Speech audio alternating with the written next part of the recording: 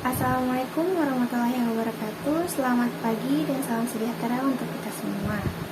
Pertama-tama, marilah kita panjatkan puji dan syukur kepada Tuhan Yang Maha Esa yang telah memberikan berkah dan karunia-Nya kepada kita semua sehingga kita dapat berkumpul di acara penyuluhan pada hari ini.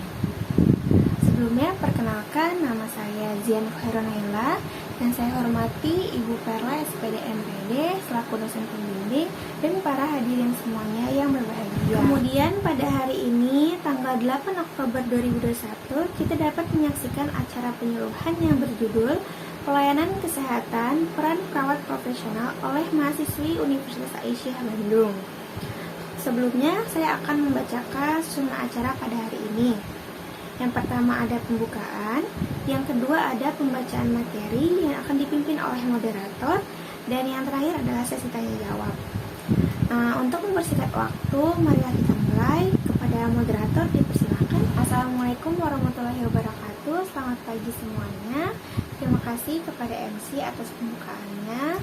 Yang terhormat Ibu Perla SPD MPD selaku dosen pembimbing dan para mahasiswa-mahasiswi Universitas Aisyah Bandung. Untuk mempersingkat waktu, marilah kita mulai acaranya untuk pemateri oleh mahasiswi Universitas Aisyah Bandung. Silakan untuk pemateri untuk menyampaikan materinya. Terima kasih kepada MC dan moderator.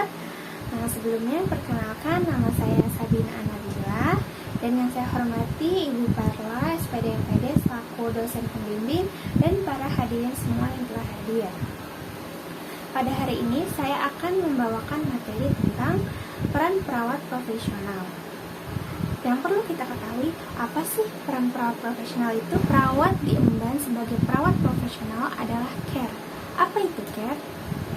Care itu, C-nya itu communication. Jadi sebagai seorang perawat, kita harus mampu berkomunikasi dengan pasien dan keluarga untuk mengumpulkan data penilaian bermakna untuk pendidikan kesehatan dan mampu berinteraksi menggunakan komunikasi terapeutik. Kemudian ada A, activity, yaitu perawat harus mampu bekerja sama yang bersifat kolaboratif dengan pasien maupun tenaga kesehatan lainnya. Kemudian R-nya itu review. Jadi sebagai seorang perawat kita harus berpedoman pada etik keperawatan dan standar keperawatan serta ilmu keperawatan yang terbaru. Yang terakhir ada E, yaitu education. Jadi sebagai seorang perawat wajib nih bagi kita untuk menambah pengetahuan melalui pendidikan formal ataupun non formal untuk meningkatkan nursing skills profesional. Kemudian ada lagi nih peran perawat selain yang tadi disebutkan tadi. Yang pertama, perawat sebagai care provider. Sebagai care provider, perawat harus mampu mempertahankan dan meningkatkan status kesehatan pasien. Yang kedua, perawat sebagai advokat, yaitu perawat harus melindungi hak pasien sebagai manusia dan hak hukum, yaitu untuk menerima pelayanan sebaik-baiknya, hak untuk mengetahui atas penyakitnya, hak privasi, hak untuk menentukan nasibnya, dan hak untuk mendapatkan ganti rugi atas kelalaian. Yang ketiga, perawat sebagai edukator. Jadi, perawat berperan untuk menjelaskan konsep dan fakta tentang kesehatan, menjelaskan alasan untuk perawatan rutin, serta mendemonstrasikan prosedur keperawatan. Yang keempat, perawat sebagai manajer. Jadi, perawat membuat sebuah bentuk lingkungan kolaboratif yang berpusat pada pasien untuk memberikan rasa aman dan tingkat keperawatan kualitas keperawatan. Dan yang terakhir ada perawat sebagai kolaborator. Jadi perawat bekerja sama dengan tenaga medis lainnya untuk mengidentifikasi pelayanan yang dibutuhkan untuk pasien. Sekian materi yang dapat saya sampaikan. Kurang lebihnya mohon maaf. Terima kasih atas antusias dan perhatiannya. Saya kembalikan kepada moderator. Baik, itulah materi yang telah disampaikan oleh pemateri. Selanjutnya saya kembalikan kepada MC. Baik, selesai sudah penyampaian materi pada hari ini. Terima kasih kepada moderator dan pemateri. Selanjutnya akan dibuka sesi tanya jawab. Kepada para hadirin semuanya dipersilakan. Perkenalkan, nama saya Rasya Putri Hakim. Saya ingin bertanya, apakah boleh perawat pilih-pilih pasien yang akan dirawatnya?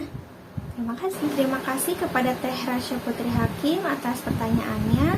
Kemudian saya akan lempar pertanyaannya ke pemateri untuk menjawab. Terima kasih kepada Teh Rasya atas pertanyaannya. Saya akan menjawab pertanyaannya. Jadi rumah sakit itu kan memang ya menjadi harapan bagi semua masyarakat itu untuk mendapat pelayanan kesehatan. Jadi sebagai seorang perawat tidak boleh nih kita pilih-pilih mana nih pasien yang mau kita urus gitu ya, pasien yang mau kita layani gitu. Kita tidak bisa pilih-pilih gitu ya, karena di dalam dunia kesehatan, di dalam dunia keperawatan tuh kita ada yang namanya kode etik keperawatan. Apa sih tujuan adanya kode etik keperawatan itu gitu ya. Nah, tujuannya itu agar kita dapat menghormati dan menghargai martabat manusia atau martabat pasien gitu dalam menjalankan tugas kita masing-masing gitu ya, dalam menjalankan tugas kita sebagai seorang perawat. Ya, seperti itu. Untuk Teh Rasya, apakah jawaban dari pertanyaannya sudah jelas? Alhamdulillah sudah jelas. Baik, tinggal kita di penghujung acara pada hari ini. Saya ucapkan terima kasih kepada Ibu Perla, SPD MPD, selaku dosen pembimbing, dan para hadirin semuanya atas antusias dan perhatiannya. Saya tutup acara pada hari ini. Kurang lebih mohon maaf. Sekian. Wassalamualaikum warahmatullahi wabarakatuh.